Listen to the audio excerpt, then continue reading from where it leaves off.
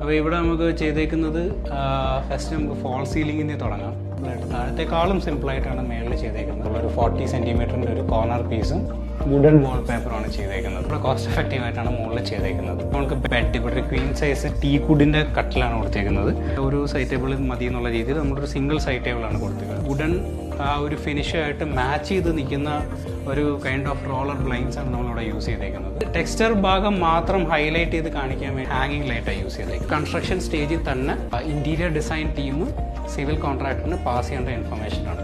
3 door വാർഡ്രോബിൻ്റെ വലിപ്പം, അതായത് 1.35 metre 135 centimetre വീതി പ്ലസ് ഒരു 90 സെൻറ്റിമീറ്റർ വിഡ്ത്തുള്ള ഒരു ഡ്രസ്സിങ് യൂണിറ്റ്.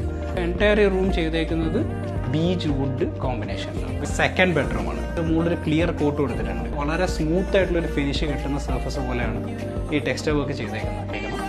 ഇതൊരു വൈറ്റും സെയിം വുഡ് കളറും ടീ വുഡ് ഫിനിഷിലാണ് ചെയ്തേക്കുന്നത്.